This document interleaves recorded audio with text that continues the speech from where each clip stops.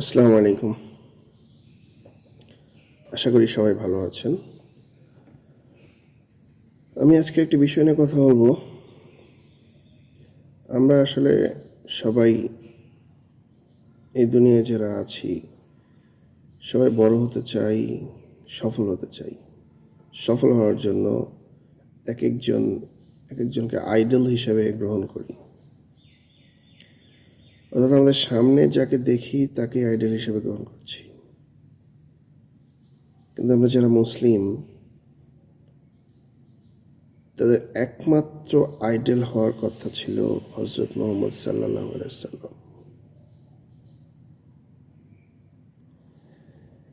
যিনি আমাদেরকে শিখিয়ে গেছেন আমরা কিভাবে দিন যাপন করব, আমরা কিভাবে চলব, কি করলে আমরা ইহকালেও শান্তি পাবো এবং পরকালেও মুক্তি পাবো। আমরা আসলে চিন্তা করি না, আমরা যদি চিন্তা করি আমাদের আসলে গড় আয়ু বাংলাদেশের এখন হচ্ছে ৭৩ বছর। তো এই ৭৩ বছরের ভিতরে আমরা নিজেদেরকে ভাইরাল করতে ইচ্ছুক। আমরা চাচ্ছি যেন একটা কিছু করি এবং এখানে সফল হই। এই সফল হওয়ার জন্য আমরা আসলে ভুলে যাই যে আমাদের পরকালীন একটা জিন্দেগি আছে, যে জিন্দেগিতে আমাদেরকে অনন্তকাল থাকতে হবে। তো আমরা ৭০-৭৫ বছরের জিন্দেগিতে ভালো থাকার জন্য, সুনাম অর্জন করার জন্য অনেক পরিশ্রম করি, অনেক মেহনত করি। অনেকে আছে ২৪ ঘন্টার ভিতরে ১২ ঘন্টা, ১৬ ঘন্টা, ১৮ ঘন্টা পর্যন্ত শ্রম দেয় শুধুমাত্র এই দুনিয়ার জীবনকে সফল করার জন্য।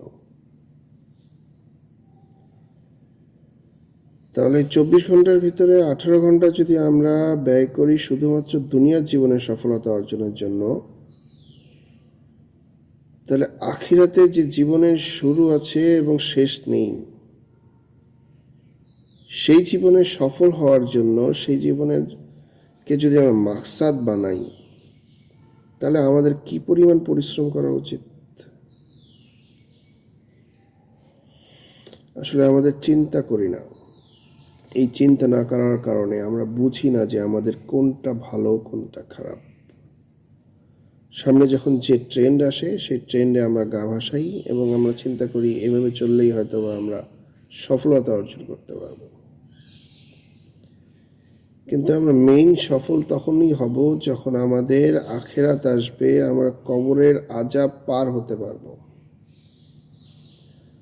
পরকালীন জিন্দেগিতে গিয়ে আমরা যখন আল্লাহ আমাদের স্রষ্টার নিকট দাঁড়াবো এবং তখন যখন আমরা তাকে দেখতে পাবো, সেটাই হবে আমাদের সফলতা। তো আশা করি আমরা সবাই পরকালীন জিন্দেগিকে নিয়ে চিন্তা করব, ইহকালীন জিন্দেগিকে অবশ্যই ভুলে নয়। এখন বলা হচ্ছে দুনিয়া হলো আখেরাতের শস্যক্ষেত্র। তো আমাদেরকে অবশ্যই দুনিয়াতে যে পরিমাণ পরিশ্রম করব সেই পরিমাণ সফলতা অর্জন করতে পারবো। সবাই ভালো থাকবেন, সুস্থ থাকবেন, ঈমানের সাথে চলার তৌফিক দান করুক।